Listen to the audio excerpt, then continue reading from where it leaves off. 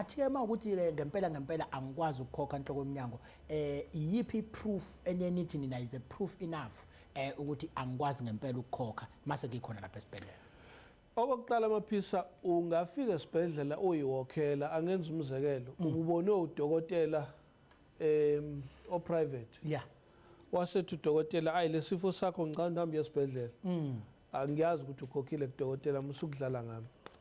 Ukhokhile kulo dokotela mawusula akwazi ukukhokha, anginayo imali, angikuphikisi kodwa kungenzeka ukuthi awusebenzi. Absolutely. Now uma ngabe ungasebenzi eSouth Africa manje abantu abaningi abangasebenzi sebenawo ama-grant, so likhona leya grant card, ingasitshengisa ukuthi wena ukuphi. Okay. Okokuqala. Okwesibili, uma sithatha i-ID yakho sinalo uhlelo esizama ukuya kulona manje lokuthi sikwazi ukucheck ukuthi using your ID u-employed noma ukho employed. Kodwa futhi uma ungabe usebenza siyakwazi ukuthi sithi ukupay slip yakho yatholakala.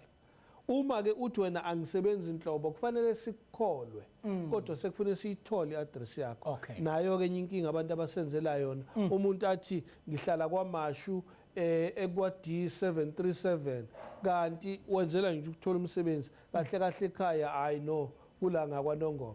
Yeah. So zonke ke lezi ziyasididisa ngoba uma sesilandela sikuba likhulu, kodwa asikujikisi ke ngoba usuthe wena awunamali.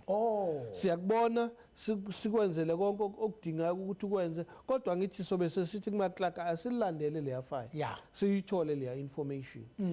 I-information esithi kubalekile ukuthi uyikhokhele uma usuthi ngizocela ifile, ngokokuvama isuke ifunwa ama-lawyers. So ayakhokhelwa ke lawo mafile. Ifile kahulumeni it's state property. Now mawusufuna ukuthatha i-state property kufanele sazi ukuthi ukhokhile, sikunike i-receipt, sazi ukuthi nangu umuntu okhokhile, wenzele ufile, sikunike leyo copy. Uze uma usuyisebenzisa sazi ukuthi wawuyithole ngendlela.